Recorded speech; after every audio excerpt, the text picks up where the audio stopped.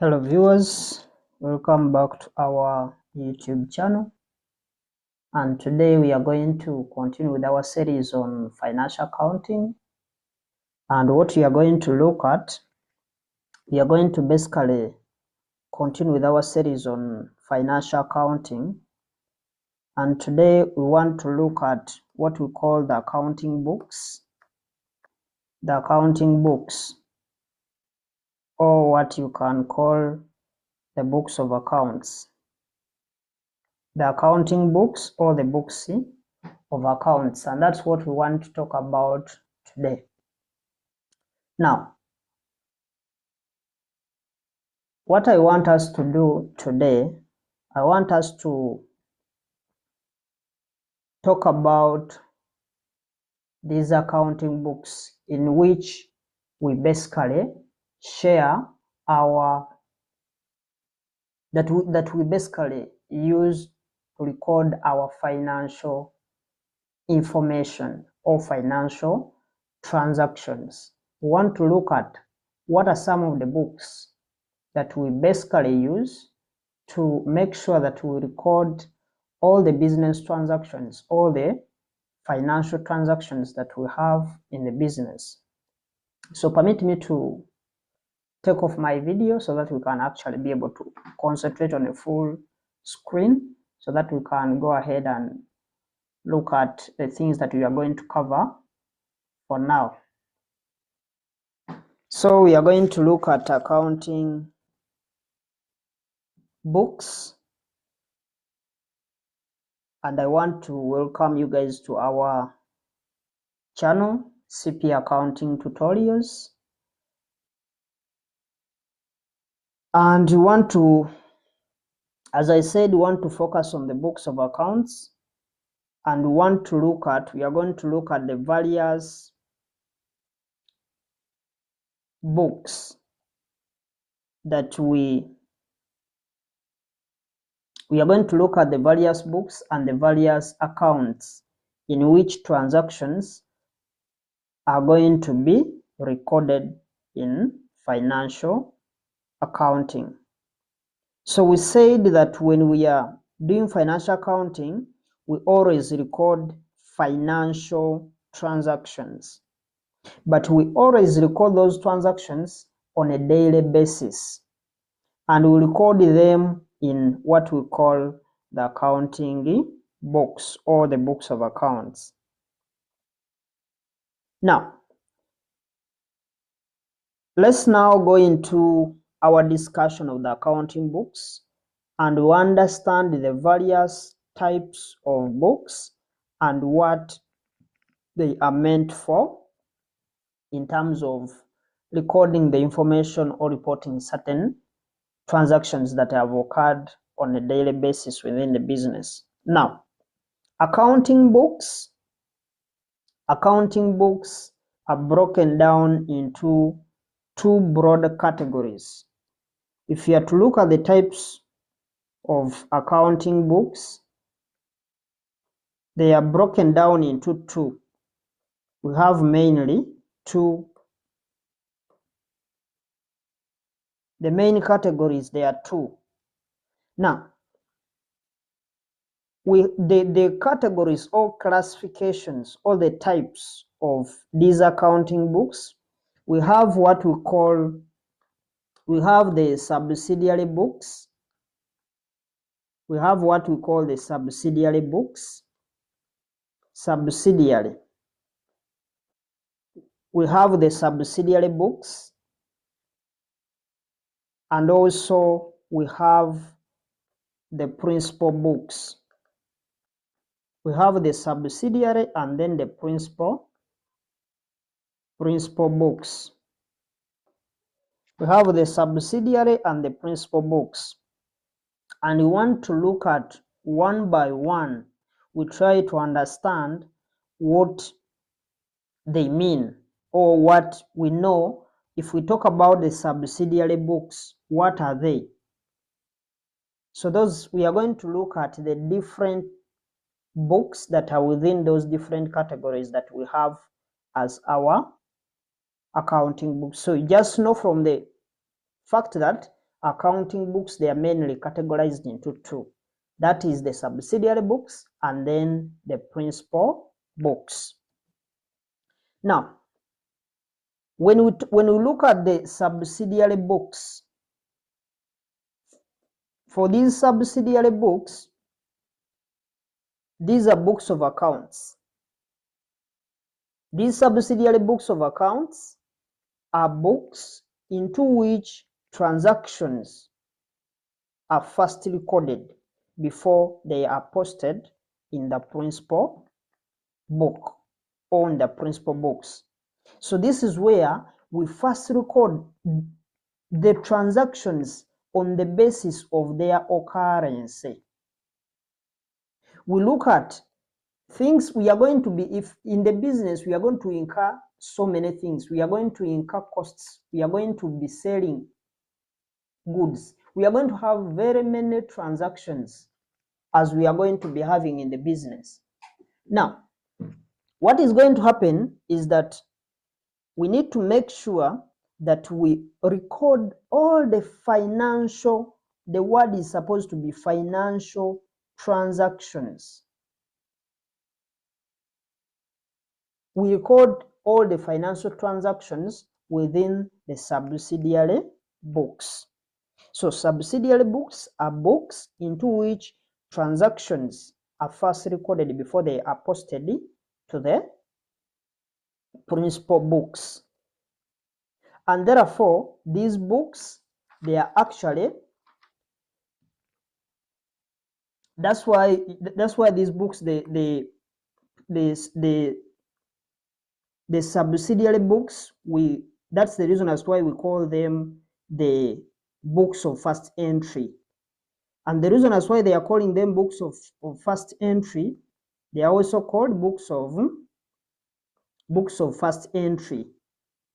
The reason why they are calling them books of first entry is because those are the books where transactions are first recorded before they are going to be transferred to the principal books. So these subsidiary books are also going to be called books of first entry. Books of first entry. And sometimes they call them books of original entry. So the names are very many.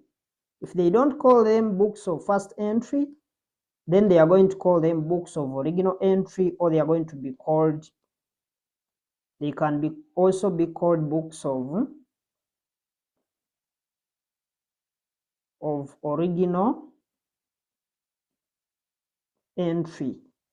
And I said the reason that's why they are calling them so is because those are the books where transactions are first recorded before they are transferred to the principal books. But you have to first know that we have two classifications. We have the subsidiary books and then the principal books. But under the principal books, we have different accounts. And we've said that these subsidiary books, they are sometimes called the books of first entry or the books of original entry, simply because those are the books where transactions are first recorded. And there are very many categories of books that are going to fall under that subsidiary book. So I said we call them books of original entry because this is where transactions are going to be first recorded. Then these books are also given another name.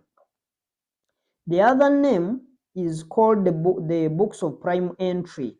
They can also be called books of prime entry.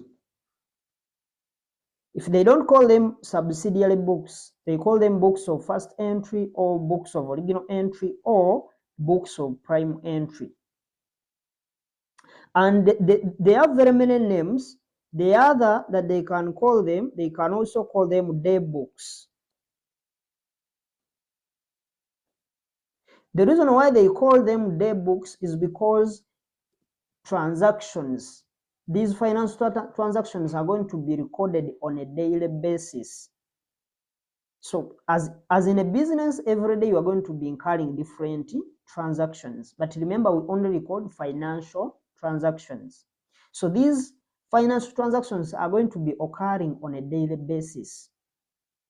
And these transactions are going to be recorded in those day books because those are the books that we record first transactions as they occur. In other words, when we are recording them, we record them in the order of occurrence. As they occur, we keep registering them in their separate books, and there are very many of them. Now, they have also another name that they can call them journals. They can also be called journals. You know, journals they are like books. You can also call them journals. So they have very many names. They have a lot of names that we can actually use to represent one kind of book, that is the subsidiary book, and that is our first category.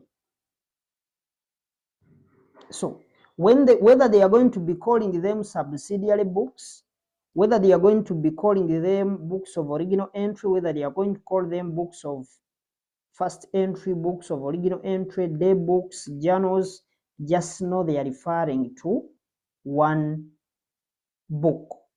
They are the same as subsidiary book, and that is our first category. And now, when we look at the principal books, if you are to look at the second category, which is the principal books, the principal books, this is the second category, principal books. And these are books. The reason why they call them principal, it's like they are following a certain principle when they are recording them. Now, what categorizes or what differentiates the principal book? The major issue is all about, leave alone the fact that the other subsidiary books, we say those are the books where we record the transactions as they occur on a daily basis. In these books, we also find the same financial transactions, but the difference is that these books are following what we call the double entry bookkeeping. They are following the double entry system. Now, the books that are going to be following the double entry systems, they are the ones that we call the principal books. Because the reason is why these ones, their transactions are going to be following the double entry system differentiates them from the subsidiary books, because we said from the point of these other subsidiary books, for them they don't follow the double entry. That is the main difference. This double entry is just a way of recording transactions. The similarity is that in all these books we are recording, but when we are recording in the principal books, we say that we are posting. We call it posting. It's like we are posting. But when you are trying to record information in the other books, we say we are just recording information, because we are recording on the basis of occurrence as they occur. Meaning, first things first. If I've made a sale at maybe 7 a.m. in the morning, I record that sale. It means there is no way, if my first sale was on 7 a.m. in the morning, there is no way I'm going to record a transaction of the afternoon to be the first one. I'm supposed to go by the order of occurrence. That's what we call the chronological order. So the difference between the principal books and the subsidiary books is that subsidiary books, they don't follow the double entry system, whereas the principal books follow the double entry book. The rest of the things may actually be almost the same, but what is differing, what categorizes them, is the sense that these are not going to be using double entries, and these principal books are using the double entry system. And we say double entry system is a way of recording. We shall look at it in a later module, but just know it is a way of recording. And when we are recording using the double entry system, we say we are posting information. And which information are we are posting it from where? We transfer the information that is within the subsidiary books, then we post it to the principal books. So we are going to look at what books comes under the subsidiary books and what books also come under the principal books. And from there we shall look at the functions of each of those books. In other words, what are they used for? If I have any type of a subsidiary book, which transaction or which function does it perform in an organization? Or which kind of transactions are we going to be recording in such a book of original entry? So that's what we are going to be covering from there. Because I know if we look at what are the books that are within the subsidiary books of original entry, we will be able to understand the function of each of those books, even though there are many. Then it will help us to understand, especially what we are supposed to do when we are doing bookkeeping. Remember, we said bookkeeping is all about recording financial transactions within the books of original entry, or the books of the accounting books. So that will enhance our understanding on what we do under bookkeeping. And even those the same, if we go by that category, by knowing that in this book we put this kind of information, it will also help us to ease correction of errors. If a certain error has been made, we can see that in such and such a transaction we made an error or we made a mistake. We can trace back and look at the source document or the book, the day book or the book of original entry where we recorded that first information to actually have a fine figure, because we can transfer a wrong value. But when we look at those books, they can be able to tell us that these are the real transactions that happened at that point in time. Now, let's first try and classify accounting books under those that are going to be within the subsidiary books and those that are going to be in the principal books. So this is what I'm going to do. I'm going to draw a table, and on the left hand side we shall have the subsidiary books, and then on the right hand side we can put our principal books. So let's have just a small table to illustrate what we are looking at. So we want to look at the different books under the subsidiary books. Then this side we can have the principal. Now I'm going to start with the subsidiary books because they are the ones which are many. Number one, we have the sales journal. We said we can use day books, we said we can use journals, we said we can use prime entry, we said we can use books of original entry. So whichever name you call it. So I'm just going to call it sales journal. But other books may call them day books or prime books or any. So the sales journal. Number two, we can look at, if we have seen sales, then it means there is also purchase journal. Number three, we can have returns journals. But you know, returns, we have returns for purchases and then the returns for sales. So we are going to have the sales return, then the purchase return as different books. Sales return journal or the books. Then we can also have purchase return journal.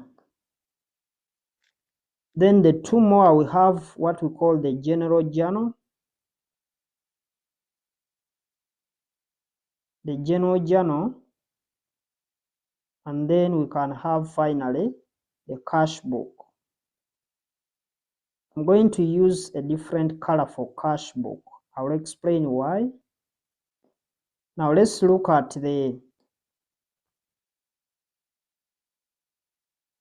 this side for the principal books. The principal books, there are always two. We have the ledgers, that is the main principal book, the ledger, and then the last one is the cash book.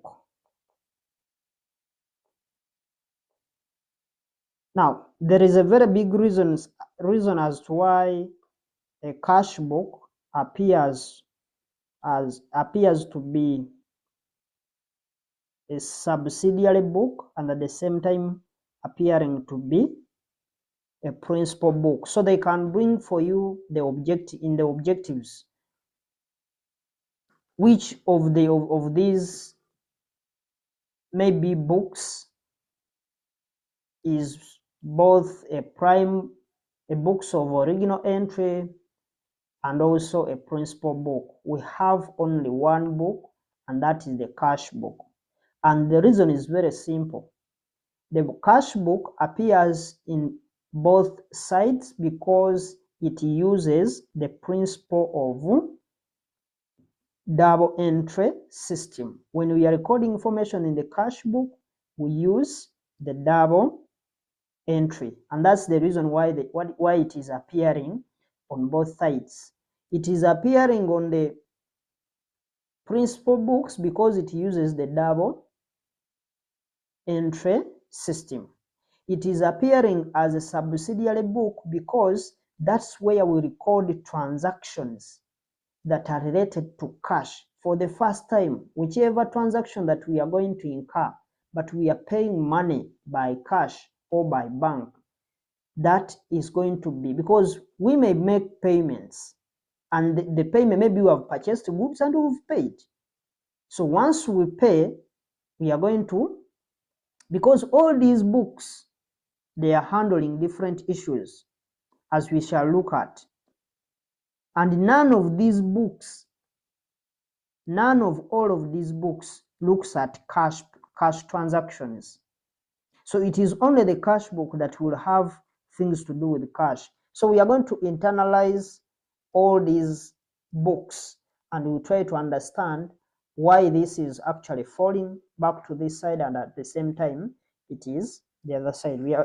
I will explain more as we keep on understanding one by one. So we have 6 books of prime entry, or the subsidiary books. There are always 6.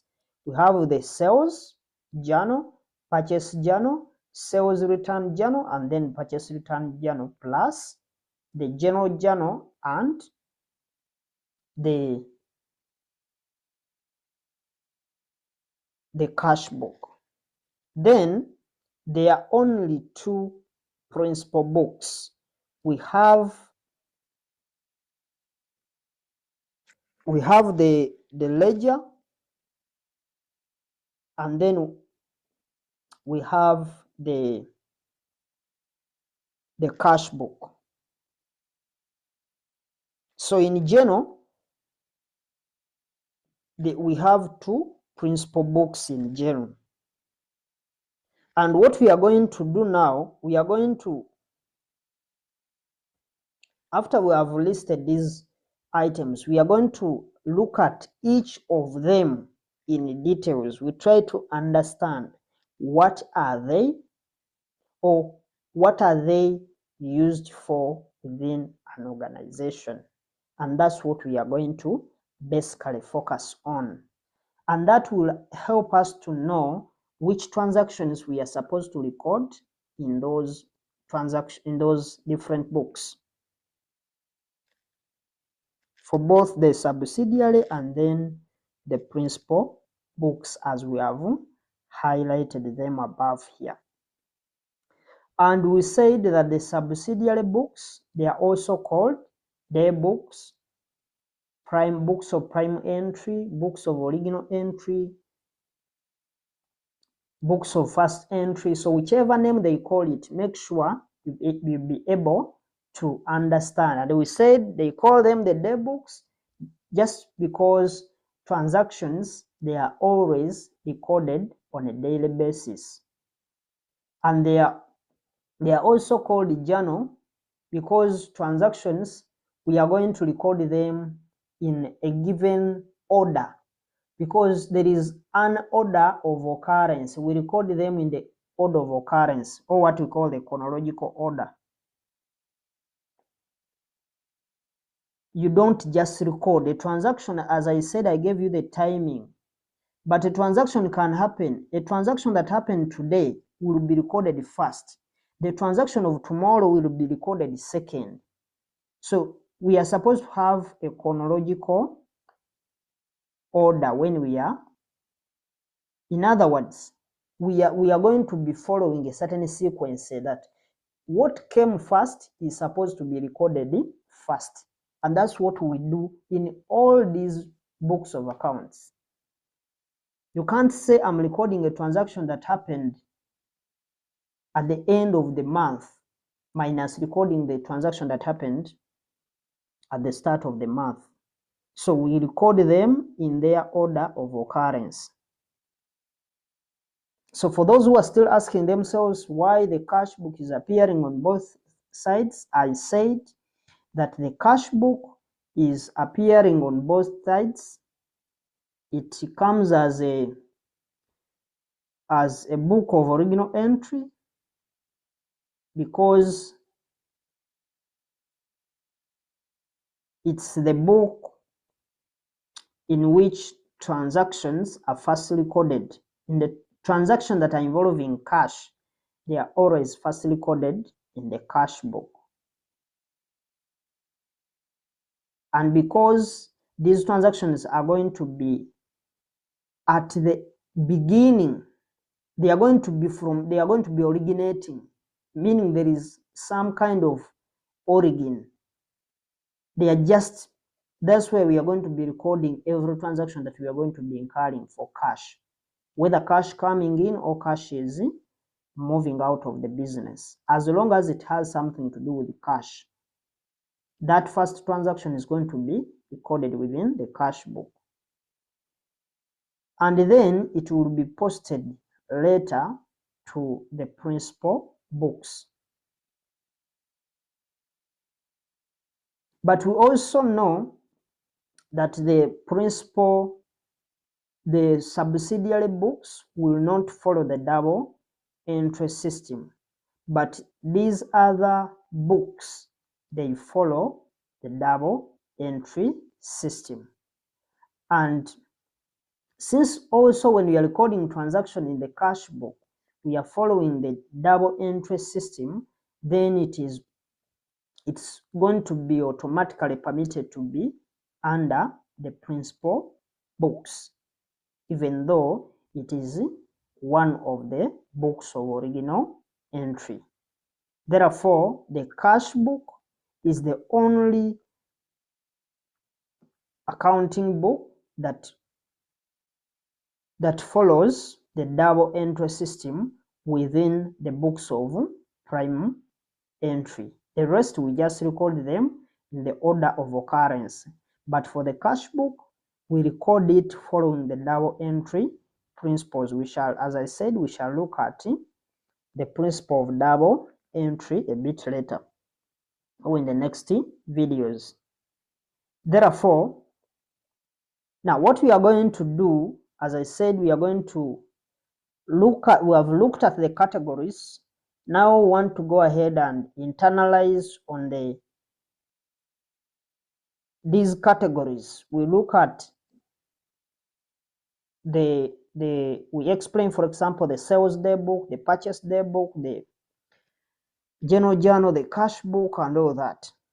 So we are going to have a detailed analysis. Let's start with we look at the details of we start with the many details of subsidiary books. And by default, we should always start with these. The reason as why we are starting with them is because they are the books of first entry. In other words, every transaction that occurs has to first go into those books before it is taken anywhere. So that's why we are also going in that chronological order. I'm doing it this way because I also want you to remember that we always start with this because it's the book of first entry. So we are going to start looking at maybe the sales day book. We are just going to explain what they are. Sales day book. I'm going to be using these names interchangeably so that you can be able to remember. Now, for the sales day book or the sales journal, the sales journal is specifically needed to record only. Here we have only credit sales. Credit sales only. We know credit sales give rise to debtors. So whenever the business makes a credit sale, then it's supposed to be recorded in the sales journal. And I said sales, the credit sales alone. And apart from the credit sales, there is nothing that we are going to record in this book. So that was sales journal or the sales day book. We only record credit sales alone, and apart from credit sales, nothing else is going to be recorded in that sales journal or sales day book. Then the other, let's look at the purchase day book. Let's look at the purchase day book. The purchase day book or the purchase journal. Now, the purchases journal or the purchases day book is specifically made for only credit purchases. This is specifically made for credit purchases. They are mainly made for credit purchases, purposely for recording credit purchases. Now, I'm very sure now you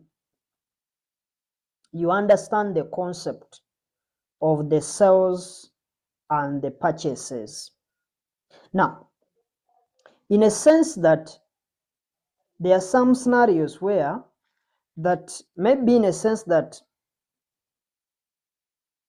you have made sales as a business, and we said sales, whenever we have sales, for you to have sales, you must have disposed of your inventory.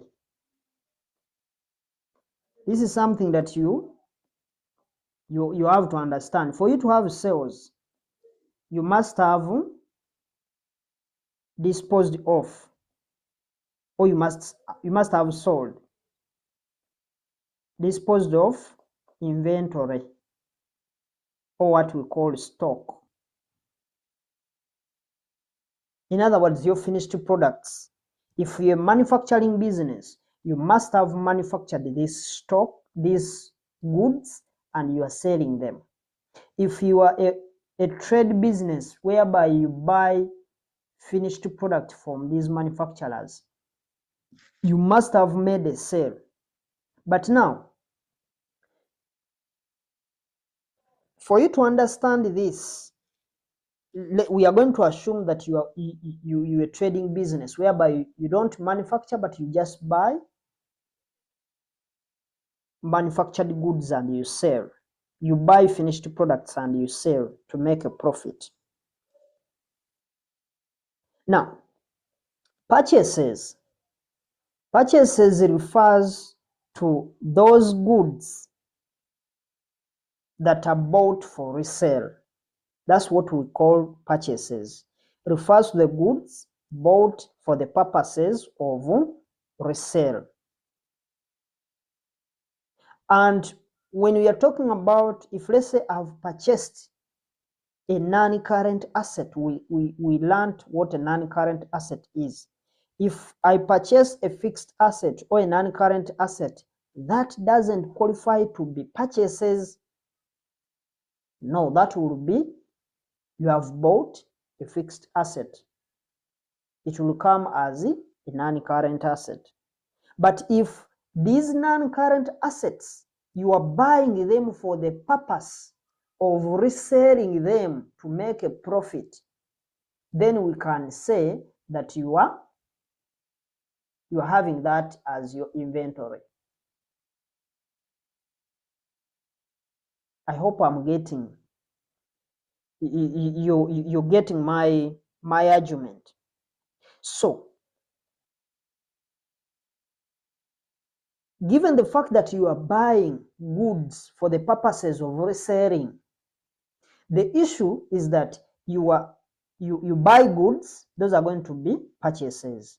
But the only goods that we buy, because in purchases we can pay by cash, or we can buy and we don't pay the supplier of the goods. So once we don't pay the supplier, then we have credit purchases. And once you have credit purchases, you will need to record those credit purchases, and we record them in those purchase day books. The reason why we are recording them is because we don't want to forget. Because the other person may come and tells us, I'm demanding you 10 million. Yet in actual sense, if you look at the day books, maybe he had given you a discount and you are supposed to pay maybe 9. So the reason as why we are recording these credit purchases, for the cash purchases, we don't have any problem with it. Because at the end of the day, we have received the money. But cash purchases are going to be recorded in the cash book. There is another book. But here we are basically looking at those purchases that we made for the purposes of resale, but we didn't pay the money. We have acquired, and this is what basically happening in the business. Because you find people, they have small amount of money, like the wholesalers. They got the manufacturers and they pick goods on credit. They come and they sell to the retailers and they take back the money to the manufacturers. So what is going to happen? Even when you have cash, you can't afford to raise all the goods, given the fact that you are going to be a wholesaler, that you will cover your market. So you'll find most of the times you are going to be limited by capital. So credit purchases is one way of operating even when you have not spent money. As long as you can manage your supply as well. You pay them on time. If you have agreed to pay them in 30 days, make sure you pay them in 30 days. So that's whatever that has been bought on credit. As long as that is going to be, the purpose for buying those products is for resale, then we have credit purchases. So you need to be careful. Not all purchases are going to be credit purchases. Sometimes we can buy and we pay cash, but also purchases are only when you have bought with the intentions of reselling in the normal trading activities. In other words, we are buying. The process of acquiring purchase is what we call purchasing.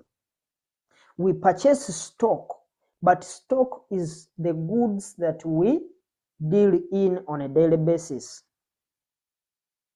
The things that we do in the trading activities of the business. And that's what we call the purchases.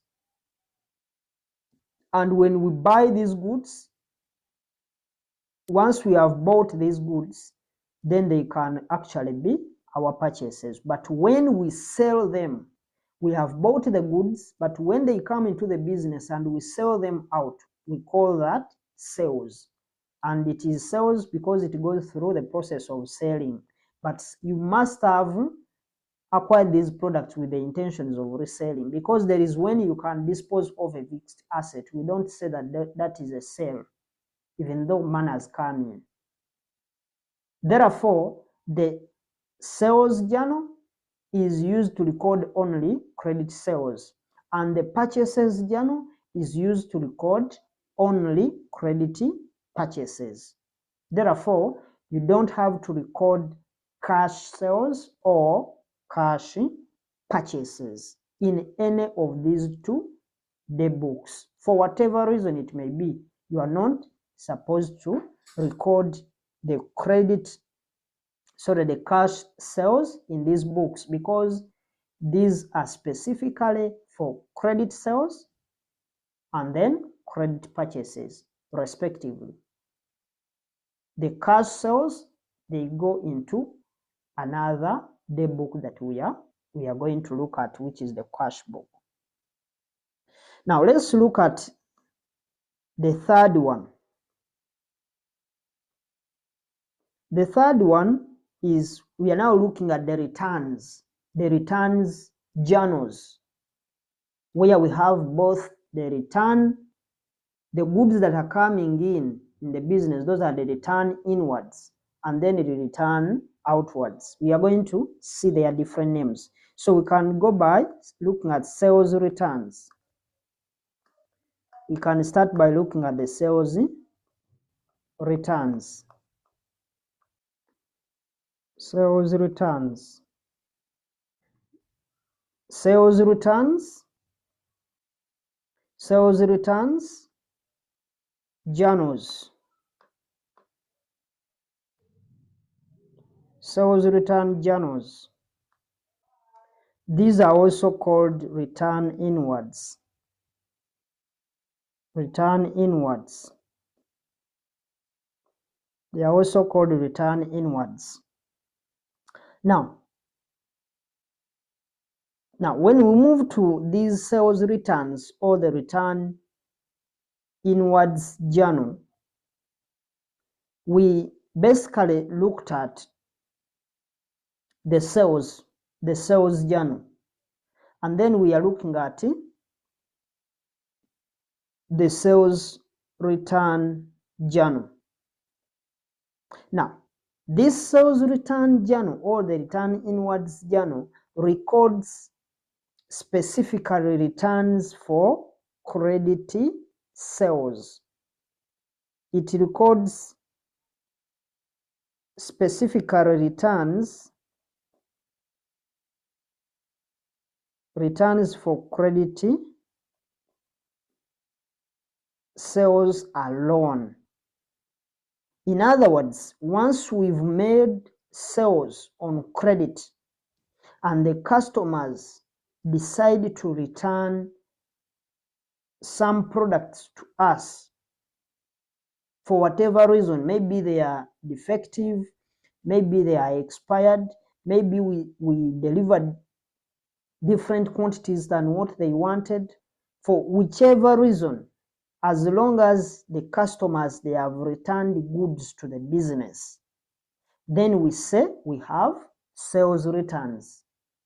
And those sales returns, we record them in the sales return journal. But take note, it's only returns for the goods that were taken on credit. They are supposed to be from those debtors, because when the business sells on credit, then we get the debtors.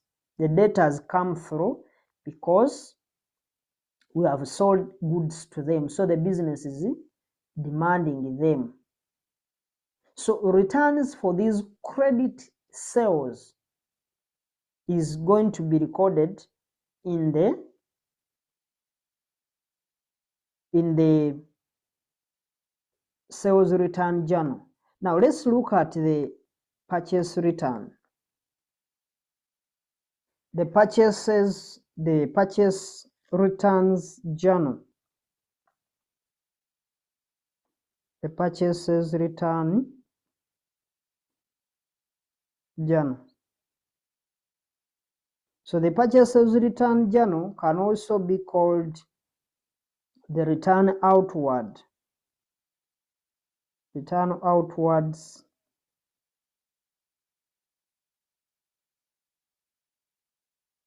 Return outwards. The return outwards journal or day book. Now, this one is going to strictly record purchase returns. So it's specifically to record the returns of credit purchases. This one is to record the returns of crediting, returns of credit purchases. So this one is only looking at returns of credit purchases alone. As long as you have bought something on credit and you as the wholesaler, you are returning it back to the supplier, then we call it a return outwards. Now that return outward, as long as it was on credit, we come back and do what? And record that in the return outward journal or the purchases return. So it is specifically for the returns of credit purchases. Therefore, we basically look at those different items that we are returning for whichever reason. Maybe they are defected, maybe they are expired, maybe they are not in the required quantities, even the sizes. So whichever scenario it may be, as long as we are returning them and they are supposed to be purchases. Now, you've seen that whatever we've talked about, be it purchase journal, sales journal, returns journal, we focused on only one thing, credit. Everything is supposed to be, it is one-sided. It's supposed to be credit alone. It is just a one type of, it's a single type of transaction, which is supposed to be a credit transaction. Now, let's look at number 5 before I conclude. Let's look at number 5. Let me start by looking at the cash book. I know the cash book comes last, but let's first talk about the cash book. That's when you'll be able to understand the cash book. Now, the cash book, specifically, this one is going to be recording cash transactions. Any transaction that is involving cash, it is specifically for cash transactions alone. Cash transactions. As long as the transaction involves cash movement, whether people are buying, whether they are paying employees, whether they are paying who, as long as cash is moving out, either from our bank account or from the cash, the physical money that we have at hand. Because we mentioned we defined what cash is. Cash can be at bank or at hand. Now, whether these, remember the other 4 books: purchases, sales, returns. Both purchases and sales returns, they are only looking at credit transactions. But here, this subsidiary book, the cash book, is only recording cash transactions.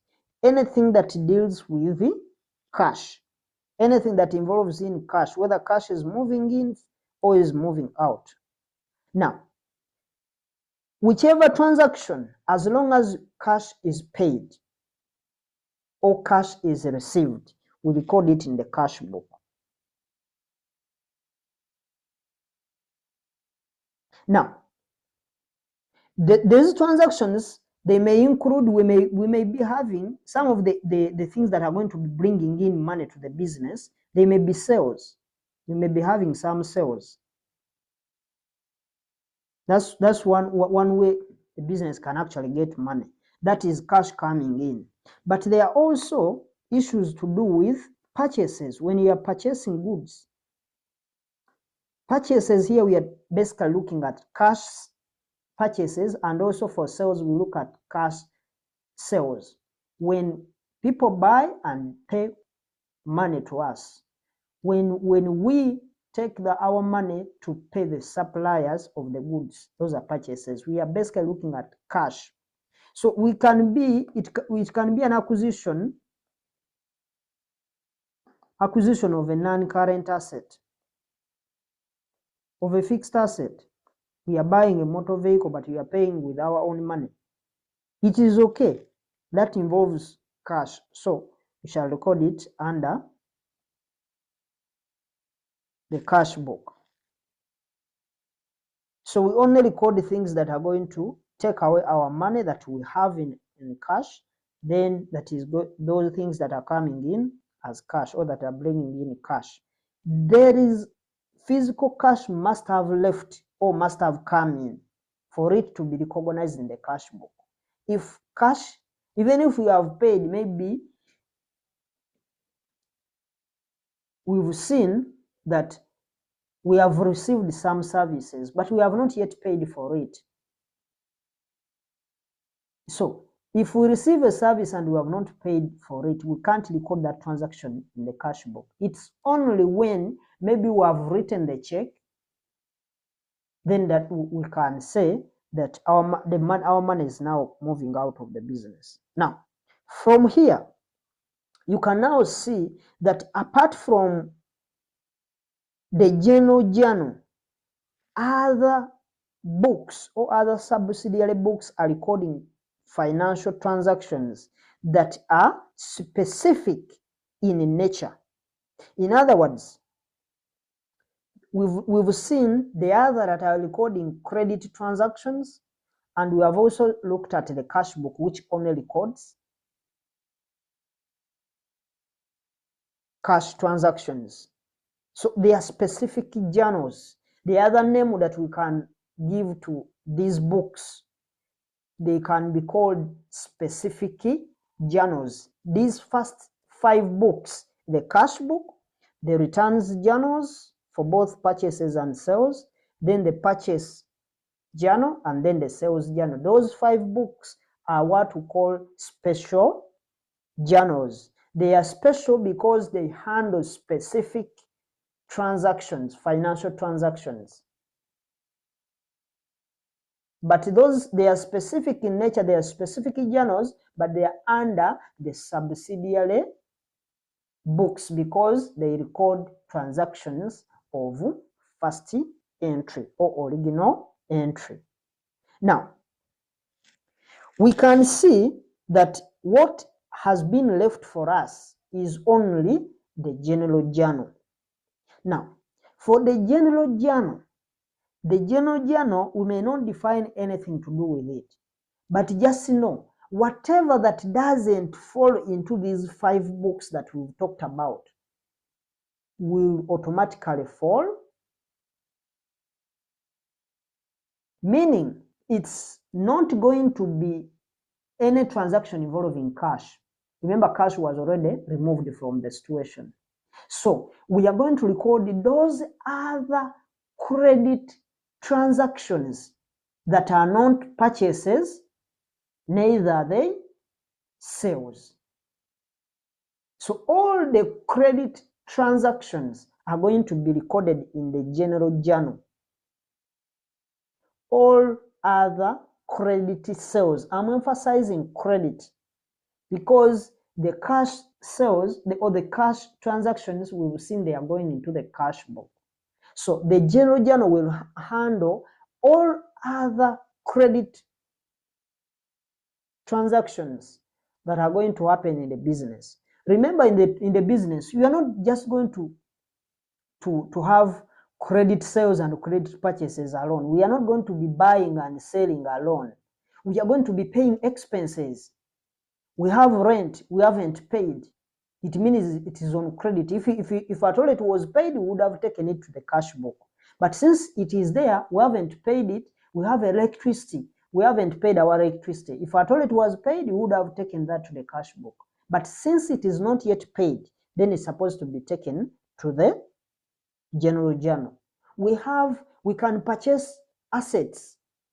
These assets that we are going to use in the business, but we have not paid cash. We have not used our own money. They gave us the assets, but we are going to pay them later. So all those transactions that are going to be credit in nature, but they are not sales or purchases, are falling under the general journal. And that's why they are calling it general, meaning it is handling all the general credit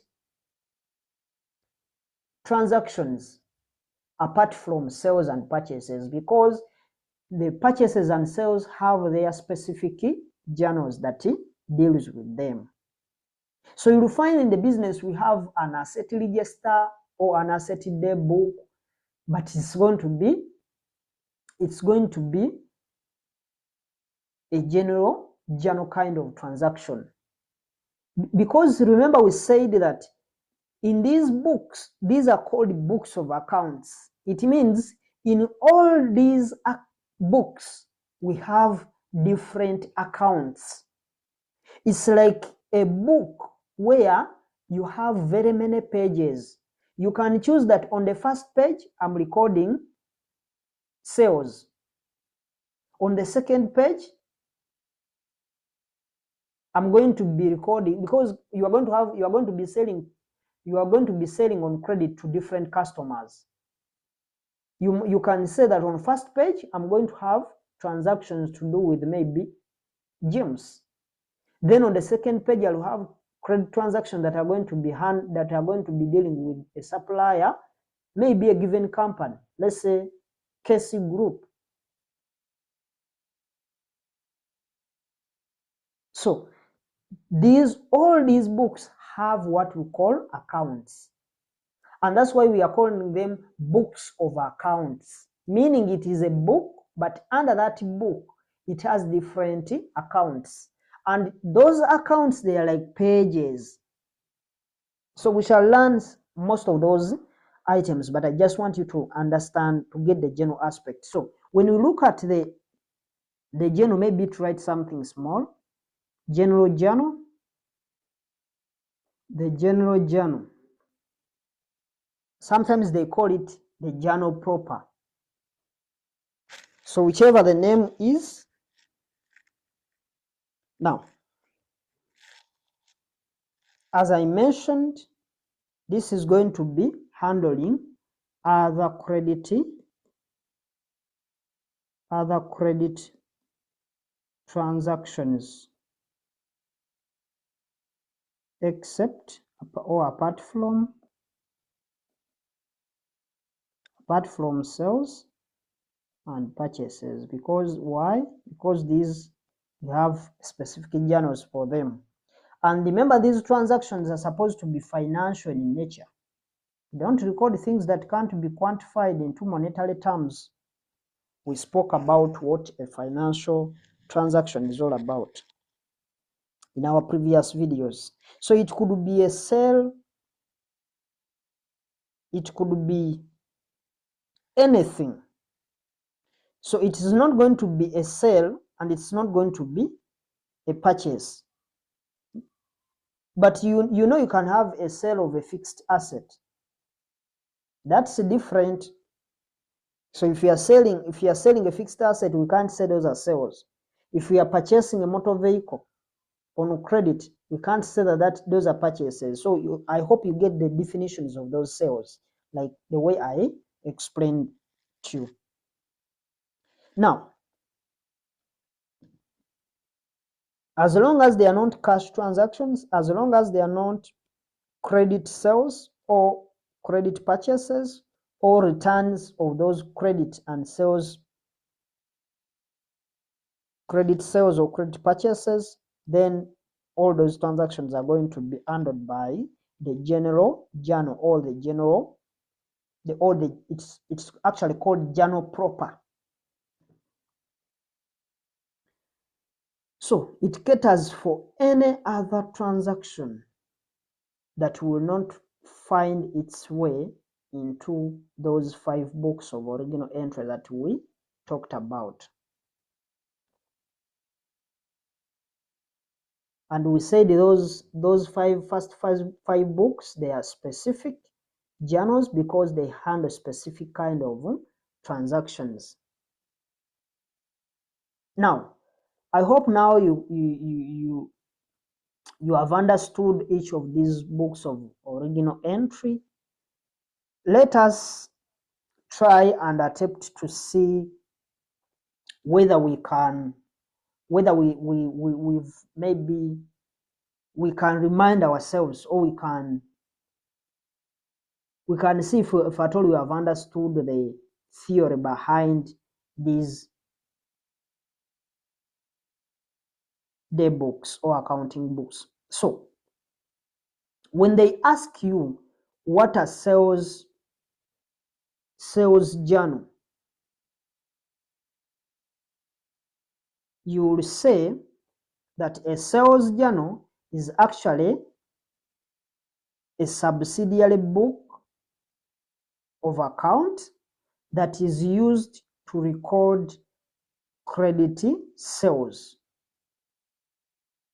And you'll be done. It's a subsidiary book of account used to record credit sales, and you'll be done with that. Then the next one, they may tell you for purchases journal. It's a subsidiary book of account that is used to record credit purchases, and you are done.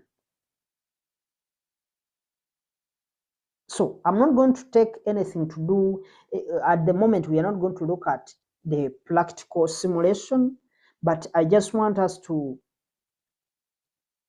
really understand this, because they are going to form the basis of whatever we are going to be doing. So the practical simulations are going to be coming into our coming video lectures, but for now, I just want to focus on the theory. If you get the concept behind this, they are going to give us a quick start in the coming practical simulations. But now, there is one more thing that I want to clearly add in this perspective. There are things to do with what we call the source documents. I want to add it here because it's going to help us remind. They are what we call source documents. Source documents. Source documents. Now, these source documents, these are the things that we use to record each of these transactions. In other words, we record each of these books.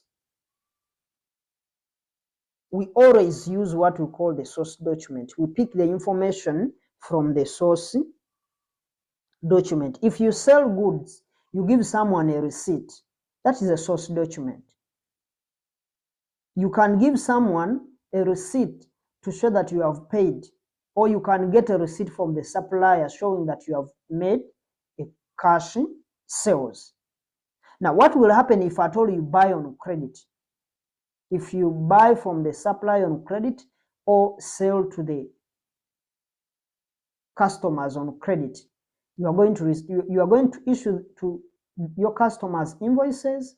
The supplier is also going to issue to you an invoice. Then we want to know, if I'm returning these goods, which source document will I go with?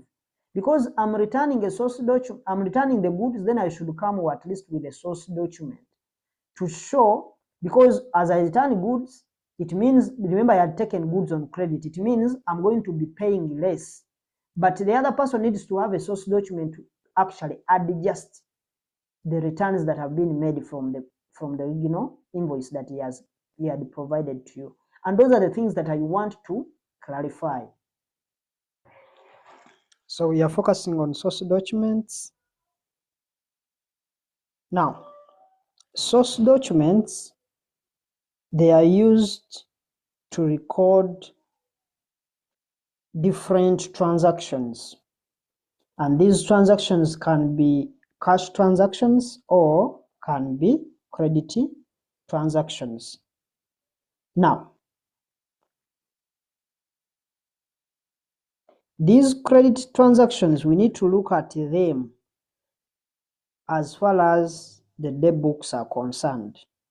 These source documents, we are looking at the source documents that we are using in the books of original entry. That's what I'm focusing on.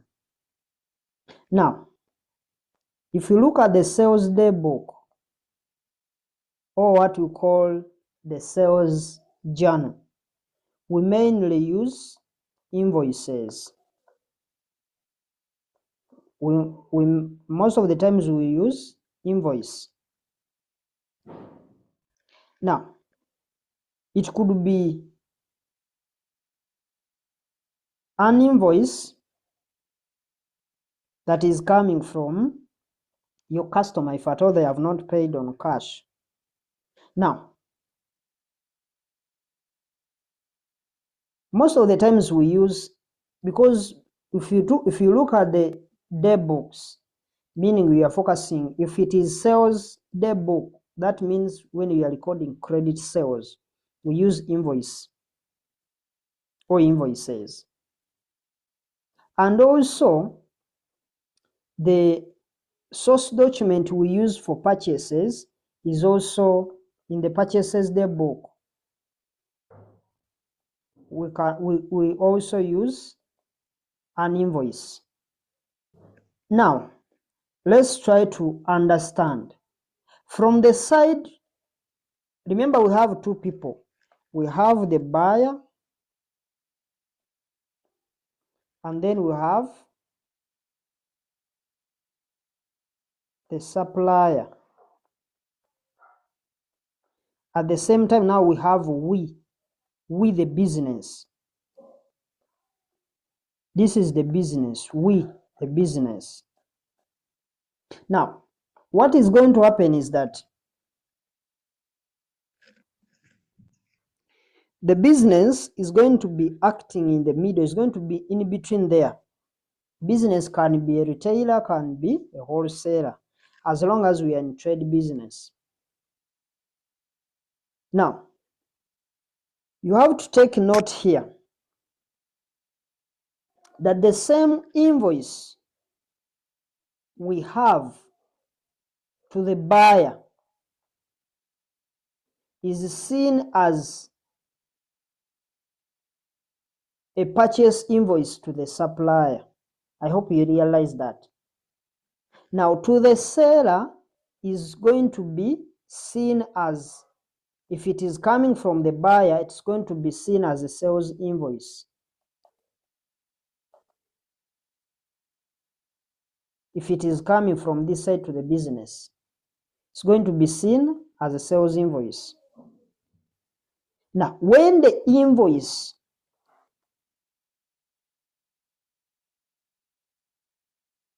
is coming from the supplier to the business, it is going to be seen as a purchase invoice.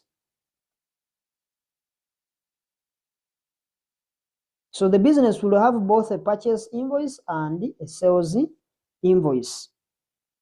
And the sales invoice will be for the sales day book, or for the from our debtors or accounts receivables. And to the purchase journal, it will be seen as a purchase invoice. And those are going to be our credit suppliers. Now, it comes to the point, if let's say we try to look at the other key books that are related to credit transactions, we have the sales returns day books, and then we can have the purchases, the purchase return, sorry, it is purchase return day book, purchases return day book. Now, we want to see what are some of the documents that you are going to be using when we are having purchase returns and then the sales returns. Because we say the sales returns, they are the same as the sales return journal is the same as the return inwards journal, and the purchase return journal is also the same as the return outwards journal. I hope you remember that. Therefore, for a sales journal, the source document for the sales journal here, it's called credit. It's a credit note. And I will explain, because I know these source documents from this side, they confuse students. Now, the one for purchases, let me also change a color. This one is a debit note. I want us to understand whether mathematically, whether theoretically, but we'll get to the bottom of this. Now, how do we come to have a sales return day book having a credit note as its source document? Now, the credit note is the one that we use to record sales returns, or the sales return journal. We use the credit note to pick the information from those different credit notes, and we record that information in our sales journal.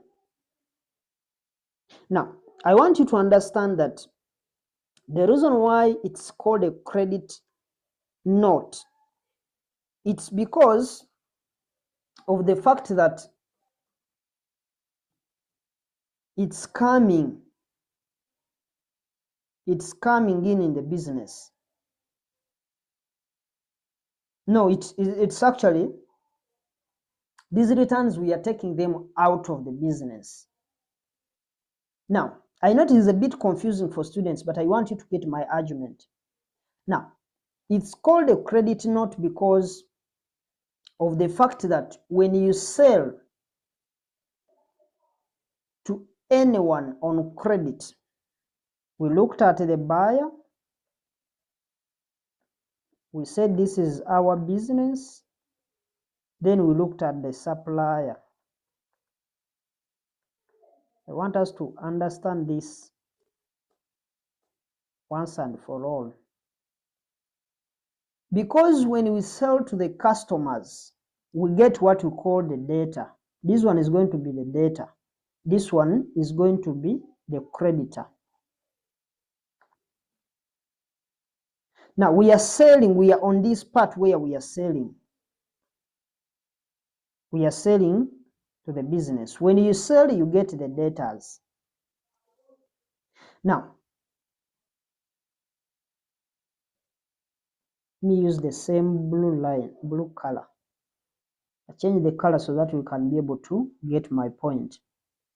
So when you sell goods as a business to the customers, you get data as long as you have given them on credit. There will be data to the business. And we say the data is a person, but the money we are demanding from them is what we call the receivables. So since we have a data, it means we have a debit balance on our account, because it's an asset to us. We are demanding them money. They have our money. So we are having a debit balance in our books of accounts. And a debit balance, since we debited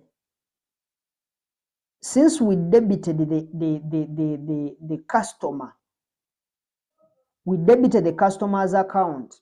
The implication is that if this data returns goods to us,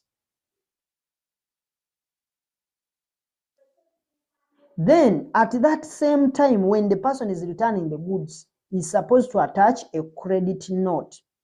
And the reason for the word credit is that he is informing us to credit his account so that he can be able to reduce the debt balance that he has with us. Remember previously, the account for the debtors was, we had the debtors, we had a balance of, let's say, 2 million here. Now, once he comes with a credit note, it is as if he's telling us, you credit my account with the value, the corresponding value of those goods that you have seen on that credit note. So it will come here. If they are returning goods that are worth 1 million, it will be a credit on their account. Meaning, when these guys are coming to pay, they will be paying the balance. We supply to them goods worth 2 million, but 1 million was returned to us. Meaning, when they return, we credit their account by reducing their obligation to the business. And I hope you are getting my argument. That's the reason why the credit is coming from that point of view. It is coming in a sense that it is a credit to reduce the balance, the debtor's balance that is standing on the debit side of their accounts. And that's why the sales return journal, its source document is called credit note. Now, let's go to this side of the situation. We look at business and the supplier. We say the supplier, the person, since he has supplied goods to us on credit, is called a creditor or accountancy. A creditor is a person. And we said when we talk about a person, it can actually be a company or an individual. I hope you remember what a creditor is. We spoke about some of these terminologies. Now, the money that the business or the creditors are demanding from the business is what we call the accounts payable, or is what we call the payable. Now, the source document, remember when these creditors supply goods to us on credit, it means they are demanding us, or we owe them some money. So when they supply goods to us, we record a liability.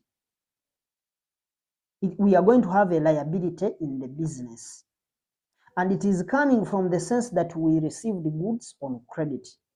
Now, once we return some of the goods to the supplier, we are debiting our account simply because we are reducing the liability that we have with them. And that's why the source document is called a debit note. So as we take back the goods, we go with the debit note. The debit note is to inform the supplier that we have debited the obligation that we had with you, because we are the one who's taking out. These buyers, for them, when they return the goods to you with a credit note, the issue is like they are just informing you that for us in our books, we have adjusted, we credited the obligation that we had with you. And I hope that can be able to clear the mess, because I know it is a bit disturbing. So purchase returns journal has a debit note as its source document. And the reason as why it is called so is because you obtain a credit supply from the supplier on credit. You get a credit supply. And so the supplier is going to become your creditor, meaning the balance is going to be, we are creating a liability to the business, and the balance is going to be outstanding with us. So the reason we take when we are taking goods, we go with the debit note. We are just trying to inform them that we've debited our account. We have debited your account with us. I hope it makes sense and it can help you memorize what source document that you can, because some of these can come in those objective questions. And that's why I'm sticking on explaining some of these things. So that's it for the purchase returns. Then we want to look at the general. I've decided to take them in this perspective because it will be very easy when you are reading, because there are very many source documents. General journal, the other name we called it journal proper. So for this general journal, we actually, most of the time, remember, this is a credit transaction, except for sales and purchases, but it is basically a credit transaction. So for this, we have what we call the general voucher. I'm calling it a general voucher in a sense that if it is specified on a particular item, you can say maybe a rent voucher, depending on whichever person you are going to be paying. So since we have not paid, we receive a voucher. It is the one that we use as the other source document depending on the type of transaction. But when we get to maybe the cash book, this is our last one, cash book. For the cash book, of course, we have receipts. We can have very many things to record cash. Some can give you the invoice and you pay the money there and then. So there are very many. They can be bank transfers whereby you can give them a check. It can be even a bank deposit. Like you give them, someone goes and makes a deposit in the bank, then he brings for you what we call the proof of payment. That proof of payment can come as a bank. You can bring a bank statement to show that he paid, or you can bring a bank deposit slip. So it can be a check, it can be a receipt, it can be anything, it can be a bank statement. So it can be anything depending on, because the other person is the one who is going to be paying. When you pay, you can use any kind of modes. It can be an online pay, it can be by mobile money. So whichever way that you have used, if it is a mobile money, then you get these mobile money statements, or they can get SMS texts. So just for us maybe to take a quick overview of the subsidiary books and their source documents, we've said for general journal we use vouchers. For cash, I'm just going to say receipt or check. Then for purchases and sales, we looked at the invoice. It could be an invoice, either a sales invoice or a purchase invoice. Then for returns, we have both the debit and the credit note. I'm just bringing out few, but there are very many source documents as you read about them. The issue is not to highlight or to draw their sketch, because no one is going to ask you to draw how a receipt looks like, but at least you should be knowing. You will have columns for amount, columns for quantity, the price they have given you, and others, amount in words, signature, then anything, depending on how the organization has formed their document. Now, that's what we went through in this, but in the next video, that's where we shall look at the practical simulations. Maybe we can try to have formats of each of these documents and we see how each looks like.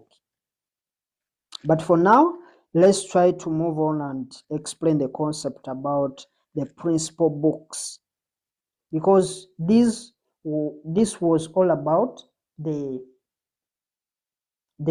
subsidiary books. So now let's look at the principal books, and we said it is only the ledger and the cash book. Now, I told you that these principal books are basically two. We looked at the ledgers and then the cash book. The ledger and the cash book, those are the two books that we have. Those are the two principal books that we have. And I want you to take some moment to understand these aspects because they are the ones that are forming the foundation. It gives you an understanding, because if you don't understand, especially these books, it will be hard for you to solve numbers, because we are going to be looking at numbers that are going to be involving double entry, questions that are going to be involving correction of errors, things to do with extracting the trial balance, posting entries. So if you don't understand some of these things, then it will be a little bit hard for you to go through. But most of the times we are going to basically use the ledger, because the ledger is the main book of principle among the principal books. Because we said at even the same point, the other side we are going to have the cash book in the subsidiary books, but the main book and the principal books is the ledger, because we have already looked at what a cash book is, but we are going to also look at it in more detail. So we are going to break down these books. We look at what ledgers are. After understanding what ledger is, then we can look at the different categories that are under within the ledgers, and then we look at the different categories that are within, or the different types that are within the cash book that we are going to be using as we proceed with our tutorials. But now I want us to start with the ledgers. Let's start with the ledgers. Now, with the ledgers, these are going to be broken down into what we call,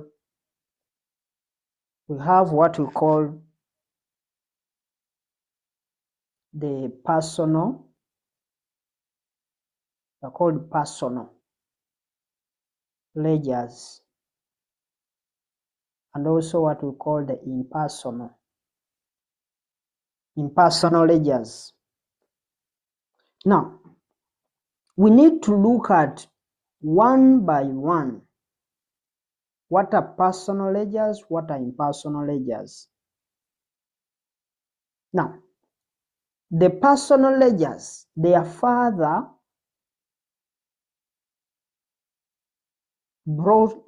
broken down into what we call the sales ledger and the purchase ledger. And these are the two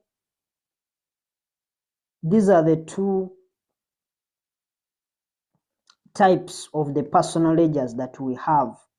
These two ledgers, the sales ledger and the purchases ledger, is what we call the two personal ledgers. However, for the impersonal ledgers, these are the general ledgers. The general ledgers. And sometimes they call them the nominal ledgers. So this side we have the nominal ledgers, or the general ledgers, and the private ledgers. So here we have also two. We have also the private ledgers. Now you can see that we have different categories of ledgers that we have that are falling under these two broader categories. The two main classes of ledgers, they are personal ledgers and then the impersonal ledgers. But under each of these, we have different aspects. Here we have the nominal or the general ledgers, and then the private ledgers under the impersonal. And this side for the personal ledgers, we have the sales ledger and then the purchases ledger. And that forms the 4 types of ledgers that we are going to look at. There are 4 types, meaning we are going to look at the nominal ledgers, the private ledgers, the sales ledger, and then the purchases ledger. But they are coming from those main 2 broad classifications of personal ledgers and impersonal ledger. So there are those that are personal, means human being. Then impersonal means it's an artificial person. So we shall look at those that are related to the human beings and those that are not related to the human beings. So those are the 4 types of ledgers that we can look at, that are classified under the personal ledgers and the impersonal ledgers. Now, I want you to be very attentive from this perspective, because it's going to be a little bit theoretical, but it will help you to understand. Let's get into all these aspects. We are going to look at what are personal ledgers, then we look at the impersonal ledgers, then we explain deep to their different broader classifications. So when we go to the personal ledgers, when we come to the personal ledgers, of course we are looking at personal and impersonal. Personal and impersonal ledgers. Personal and impersonal. Personal and impersonal ledgers. Now, for the personal ledgers,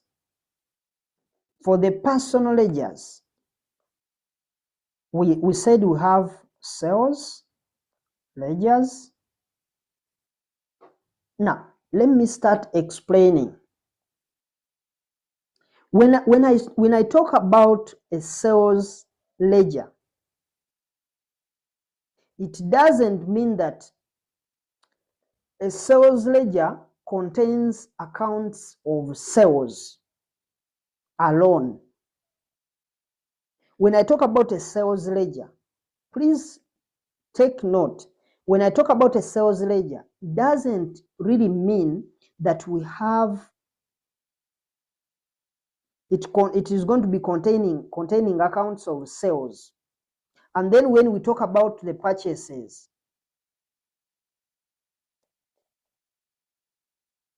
the purchases ledger also doesn't mean that it is containing. It doesn't mean that it contains accounts for purchases. Remember, we defined accounts from the previous lessons. When we talk about accounts, we said it is like a book that is divided into different columns. So it's going to have the debit side. This is the debit side and this is the credit side. It's like a T account. Just like the way you see your normal book. If this is the whole book, you'll find that it has 2 pages. Here is divided. But you open this page, maybe this is page 1, then this is page 2. Meaning if you open it, when there are if you open it in the middle, you'll find something that looks like this. Meaning there is a side that is for debit, there is also a side for credit. Now, and that's how we are also going to be handling it. That is an account. So whatever that is going to come into these different aspects, Those are going to be transactions. But what we are meaning, if this ledger, because the name of the ledger is going to be up here, if it is a sales ledger, it doesn't mean that whatever is in here are sales. Doesn't mean, that's what I'm trying to mean. If it is a purchaser's ledger, it doesn't mean that whatever is going to be in that ledger is supposed to be for purchases. That's what I want. That's the number one thing that I want you to pick from the start. Remember, as I defined the account, the account, when you are doing double entry, that's when we shall see those different things to do with accounting, with those T accounts that we are going to be looking at.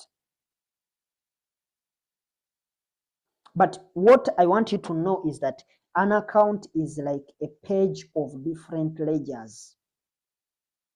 So a ledger is a book, but within a book, there are accounts.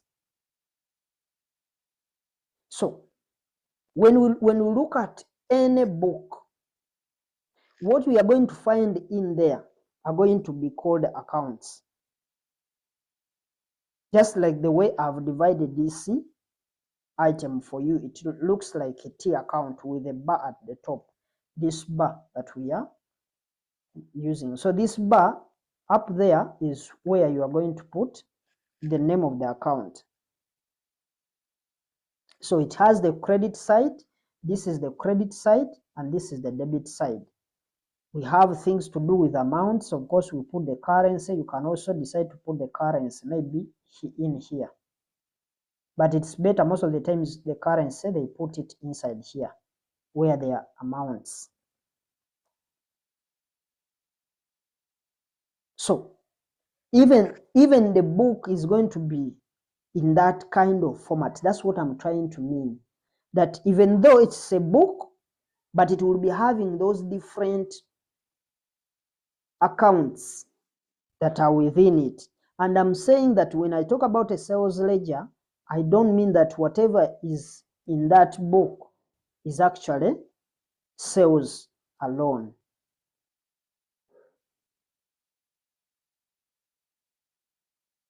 So this area that you see here is where we record the information. That is very important. Now, a ledger is a book that contains different accounts. And that's why we are saying that these books, all these principal books, they follow the double entry bookkeeping, because double entry recording is always done in accounts, and the accounts are from the ledgers, or they are the pages of the ledger. A page of a ledger is what we call an account. Now, you have to be a little bit careful, and I want you to take note on the sales ledger. We said that a sales ledger is actually a book. It's a book, but it doesn't have sales accounts. And a sales ledger is a ledger that records accounts of debtors. It records accounts of debtors. It records accounts of debtors. And debtors are the people or customers. These are people or customers that we sell to on credit. And the moment you sell to a customer on credit, then it gives rise, that person becomes a debtor. Now, we always open different books. And for this transaction for the data, we open a ledger for those datas or for the data. We open the ledger for the datas. And in that book, every account that you see in that book is an account of datas.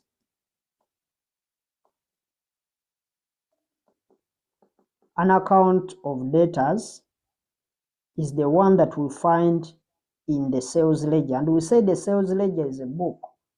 So in this sales ledger as a book, whichever account that we see there is an account for datas. It's not for sales.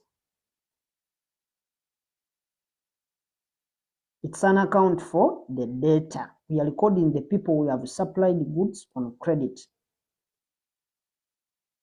In other words, every time we sell goods on credit, we open a ledger or we get a book, which is the sales ledger, to handle all the datas that we have. So in that book, we have accounts for datas. And that's why a sales ledger is also called a datas ledger. You need to understand this, because when you go to control accounts, you get stuck, completely stuck if you don't understand this. I'm saying that the sales ledger doesn't have sales, but it has accounts for debtors, the people we have sold goods on credit. And every account that we see in that book called a sales ledger is an account of a debtor. And we are saying that the sales ledger is also called the debtors ledger. And that's why you see that the sales ledger, we see a sales ledger to be having accounts for debtors only, because it is a debtors ledger. It has accounts to do with debtors. Remember, I told you in our previous lectures that we don't open account for any item that we sell on cash. If we have a cash sale, we don't open an account for this, but we always transfer this value and we put it in the cash book. We don't open an account for the goods for any person that we have sold it to on cash, but we only open an account for whoever we sell to on credit.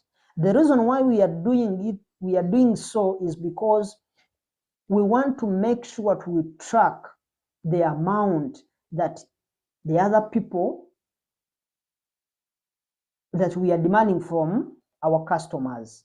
But if we sell the customers and they pay us, there is no need for us to write that.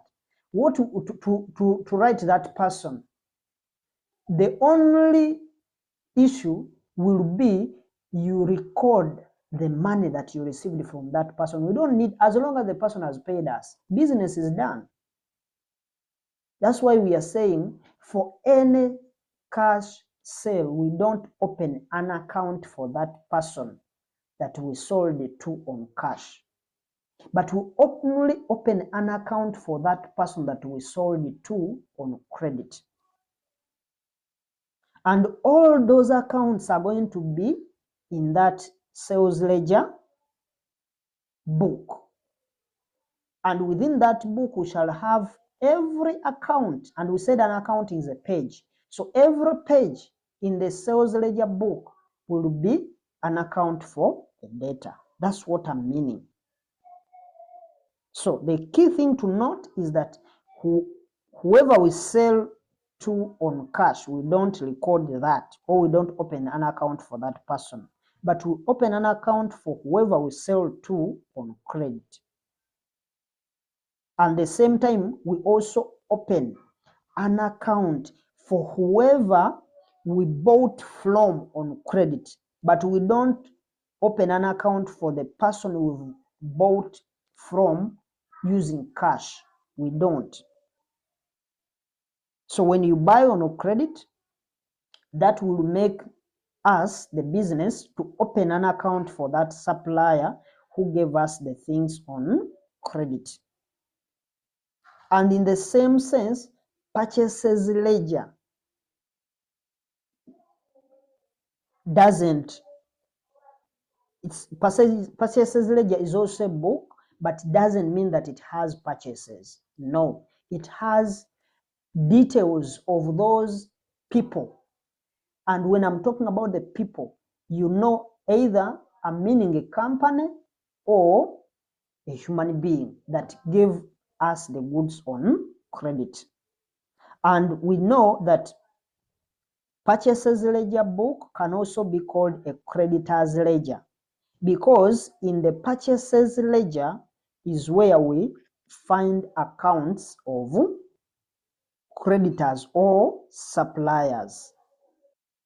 But however, you have to take note that a sales, there is a very big difference between a sales account. I'm repeating this because I know it confuses. A sales account is not the same as a sales ledger. A sales ledger is a book, but this one is a sales account. Now, at the same time, a purchases account is not the same as a purchases ledger. And as a matter of fact, both sales account and the purchase accounts are not going to be found in any of the sales ledger or the purchases ledger book. So both of these sales ledger and actually the sales account, they are going to be found in what we call the general ledger. You will see when we are referencing in the folio column, you will be hearing us telling you that sales, it's going to be found in the general ledger, or general ledger number 1, general ledger page 2, general ledger page 3. Remember, we said accounts, they are just pages within the ledger or within the book. So I hope you are getting my argument, because it's going to confuse us when you go to contra accounts and also correction of errors. So we've concluded that the sales account and the purchases accounts both are going to be found in the general ledger. Therefore, the purchases ledger and the sales ledger don't contain sales, and they don't contain sales, nor do they contain purchases account. So you should take note and find a difference between a sales ledger and a sales account, because they are not the same. And we've concluded that a sales ledger is a book that contains debtors, and a purchase ledger is a book that contains accounts of creditors or suppliers. And that's why we call them personal accounts. We call them personal accounts because they record individual personal accounts. In other words, they record individual persons' accounts. We are having persons. Remember, we looked at persons. We defined persons. Persons is defined by the business entity concept, where we said that a business is different from the owner. So, meaning you can be a human being or you can be an artificial human being, an artificial person. You can be an artificial person or a human being. So when we are meaning persons, we are technically talking about either a company or an individual. So you take note. So we can sell to a company and we sell to the company on credit. We can also sell to a person. Maybe you have sold goods worth 10 million to James on credit. Then we have sold goods worth 10 million on credit to Casey Group. So those are the two different versions that I want you to get. We said, and that's from the business entity concept. Because we said in accounting, we have natural persons, then the artificial persons, where the natural persons are the normal human beings and the artificial persons are the business organizations. Now, let's start looking at the general ledger and the private ledger. We've given a very deep analysis of what a purchases ledger is and what a sales ledger is. All of them are books, but they are recording individual debtors and suppliers respectively. So let's now look at the general ledger and the the private ledger. We said the other two purchases and the what? They are the personal accounts. But now we are looking at the impersonal. When we talk about the general ledger and the private ledger, we are talking about the impersonal accounts or the impersonal ledgers. So allow me to start off maybe by looking at the private ledger, then we conclude. Because we know from this general ledger, as the word it is general. So let's look at the private. So whatever is not classified into these three will be classified into that last one or that general ledger. So let me start off by looking at the private ledger. Now, we want to understand what is the purpose of a private ledger. What do we mean by a private ledger? And what is the purpose? Private ledger. No, now, the purpose of this private ledger is to record the owner's private account. Owner's private account. In other words, whatever things that are going to be in the private owner, the owner of the business, what things are we going to have? And this one will help us understand something about capital and owner's equity. So just focus and we see what we are going to talk about here. Now, we said it records owner's private account. So it is a book that records private. Remember, we are talking about these are books. A ledger is a book. So it is a book that is good, that each page of that book is going to have a private account. In other words, private to who? To the owner of the business. So they are going to contain owner's private personal account, which is usually kept somewhere, because not everyone is supposed to look at that document. It can only be revealed if maybe there is a special need for that. It comes, in other words, it will have things that are going to be personal to the owner of the business. They are going to be private in nature, specifically to the owner of the business. So we want to see what are some of the things that are going to be there. But the end point is that you are going to understand how capital and owner's equity differs. So stay connected. Now, we've said that this book is going to be locked somewhere, or it's going to be kept separate within an organization. And most of the time is in practice, since it is a private to the company. Some companies, they don't actually keep these books. It stays with the owner. So some companies, they don't keep them. But if they are there, then they are supposed to be hidden somewhere whose access to those books is supposed to be limited to very few people. And it only comes out when it is required.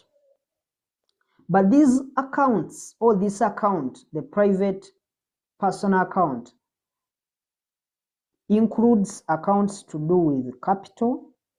It has things to do with the capital accounts. Capital account. We can have things to do with the loan account. We can have things to do with the drawings. We can have drawings account. Then we can also have things to do with maybe the profit. The profit or loss for the business. Now, the reason as why they are giving you this is because these are personal of the business. The capital account shows the capital the owner put in the business. The loan account, it looks at the loan the owner took to actually have the business starting. In other words, he took some loan to, when the owner takes a loan to finance the business, that loan is supposed to be kept somewhere. If an owner of the business takes out money in terms of drawings, so the drawings, most of the times that we are talking about, they are drawings of, not of stock, but drawings of cash. They are going to be found there. The profit or loss, if you make a bit, of course, for them, they are going to know how much profit have we made, 20 billion. Then they can know, because they are the one who put in money in the business, to see whether they have they have gained from the money they have invested, or they have not.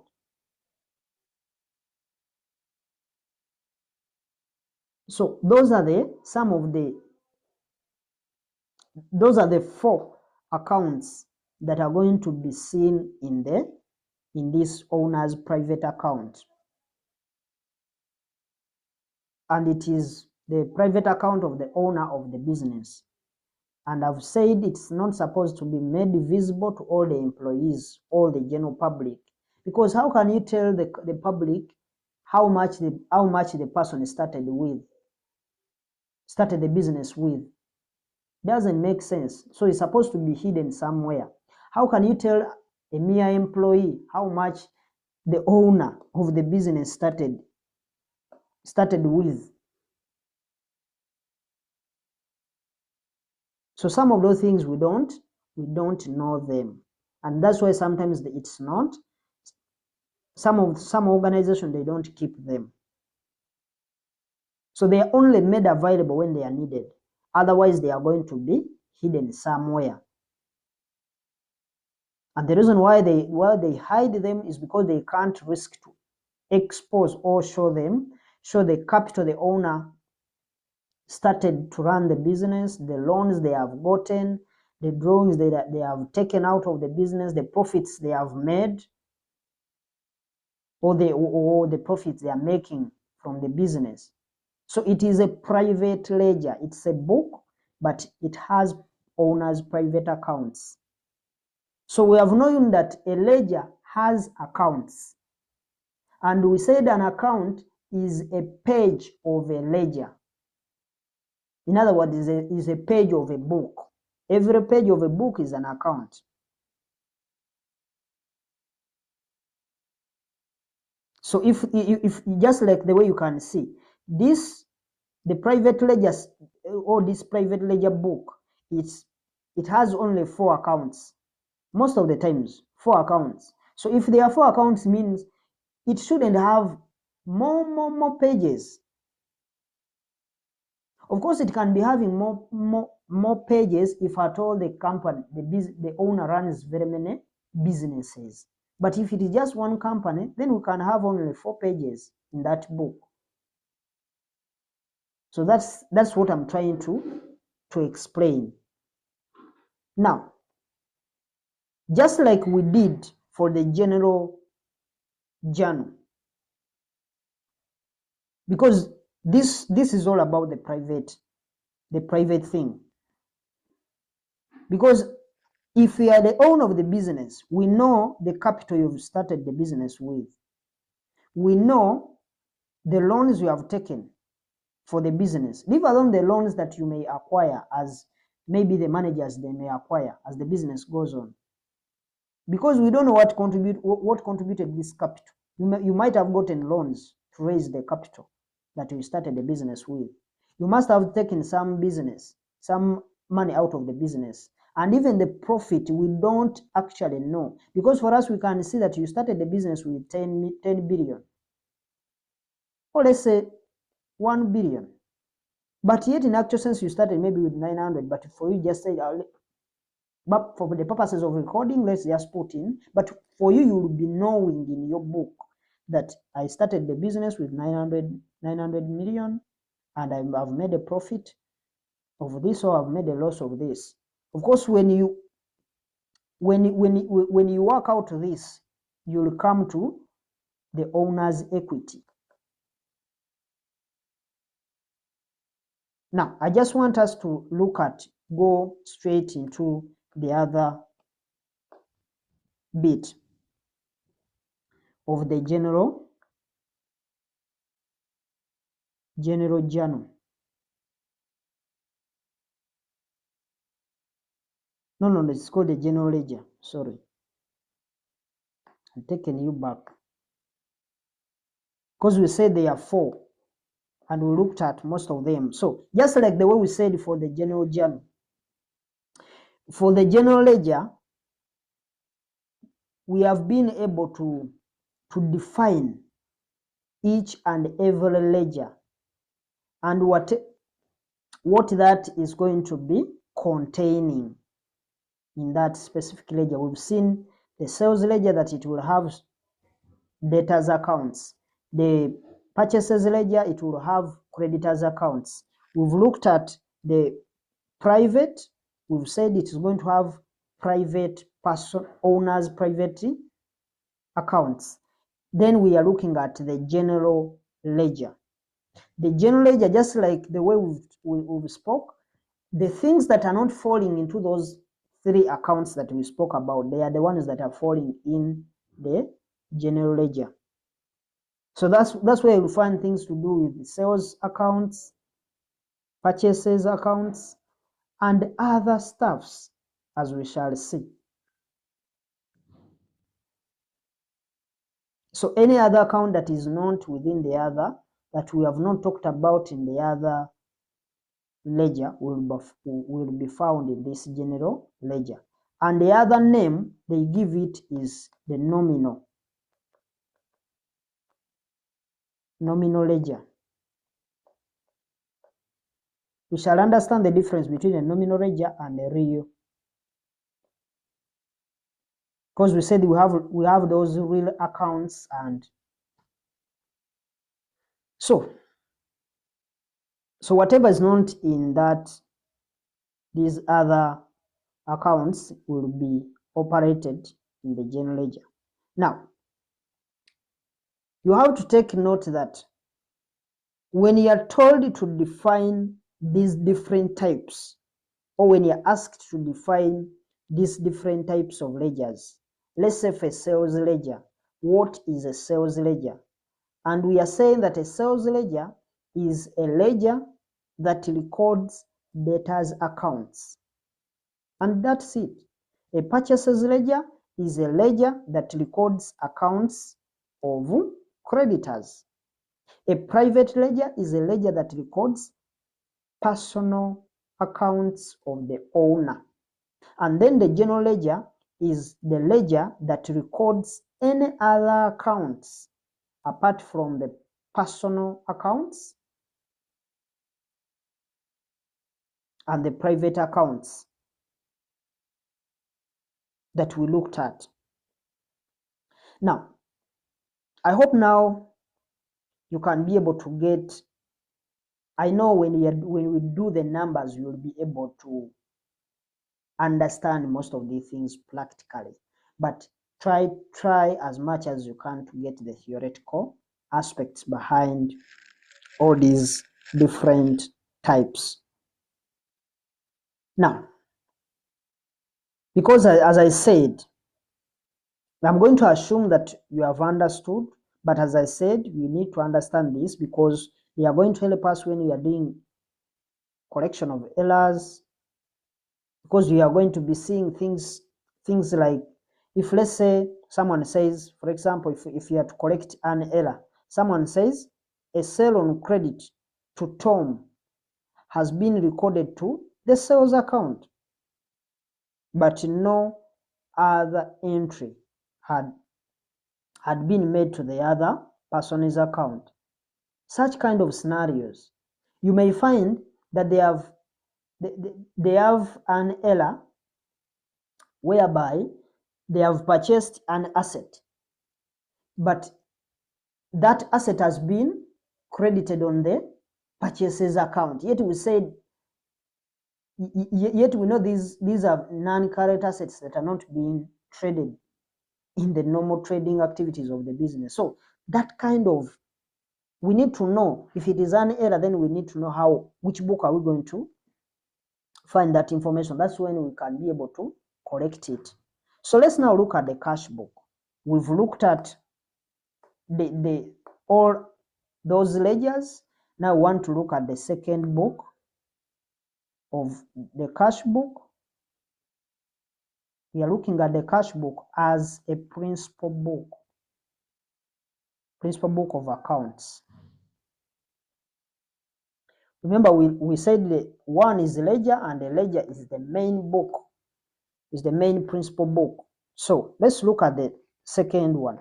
Now, for the cash book, we have different types. We have single column. There are very many types. Single column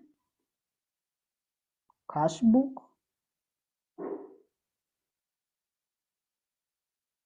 We have double column, or what we call the two-column cash book. And then we have the three-column cash book, or the triple-column cash book. And then there is a fourth one, which we call the petty cash book. I'm putting it in a different color because it is a bit specific in nature. So those are the four cash books that we have. There are four cash books that we have, the types of cash books. And let's maybe try to analyze one by one. We try to define just by defining single column cash book. Now, for single column cash book, this is a cash book that has only one column. It has only one column. It can be either a bank column or a cash column. It is either bank or a cash column. So a cash book has two. You can either pay by cash or by bank, or you can receive money by cash or through the bank by check. So usually, once you have a single column cash book, then you have a column for, you are going to have a column for debt. You are going to have a debt column. These are maybe debts. Then what it's going to be like more of a T account. So you are going to have a column for debts, you'll have a column for folio, then you'll have a column for amount. Either it's going to be bank, then it will be in the same way. This is debit side, credit side. You have debts, folio, then amounts. Amounts are going to be either cash or bank. We shall look at the formats. So we are going to have only one column, either for cash or for bank, on both sides of the cash book. But if the amount column is just one, then it means that the amount column is either recording for cash transactions or for bank transactions, meaning it could either be cash or bank, and we call it a single column cash book. Now, we look at the double column. The double column cash book, or what we may call the two-column cash book. Now, we got the double column cash book or the two-column cash book, which means it has two columns for amounts, two columns for amounts, meaning we can have cash, then we have bank on both sides, cash, then bank, including these other stuffs of debt and folio. Debt and folio. So it's going to be divided into two. So one side will cater for cash transactions and the other side will be catering for bank transactions. We have, these may be receipts and these may be the debit side where we are receiving money and this side where we are making the payments. We shall look at the formats. We shall have on the side where we are receiving payments or where we are making payments, we have two columns. Even on the other side, we have two columns for amounts. Then the three-column cash book. What is important may be the three-column cash book. Now, for the three-column cash book, we got three columns. The amounts column is going to be divided into three columns, and that's basically the difference. So we divide the amounts column into three columns, and one will cater for discounts, one will cater for discounts, one will cater for cash transactions, then bank transactions on both sides of the T accounts. So therefore the difference is just about the amounts column, and the format will be presented to you. The format will actually be the same as that one of a single column cash book, where we have cash and bank.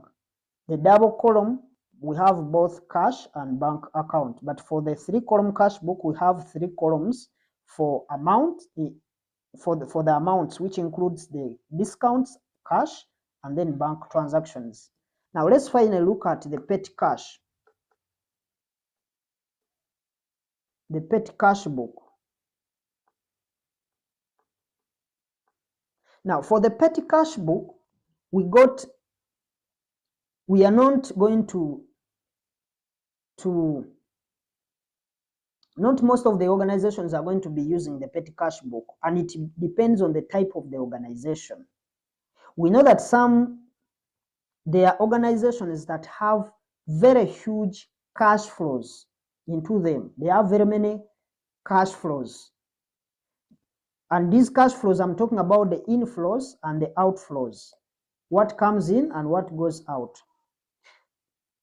And most of the times you find that these organizations, they have big cash flows. They have millions and millions of dollars.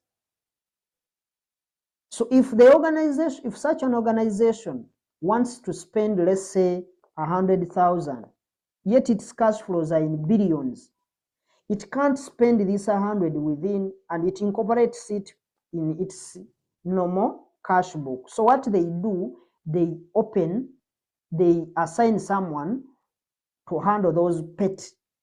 Pet means small, something that is small, because if you put this 100 into a cash flow of 1 billion, this one would be insignificant, yet it is an expense that we are incurring in the business. So what they do, they open these petty cash books that are going to be handling those petty expenses for the business. So they may assign some money aside, they may put some money aside that maybe on average we can spend, let's say, 40 million. And that 40 million, they can create it aside and they give it to a pet cashier who is going to be managing those small expenses. So what they do, they create a pet cash book and they will give it to someone to manage. And it uses something that we call the imprest. The imprest system. So we shall learn about what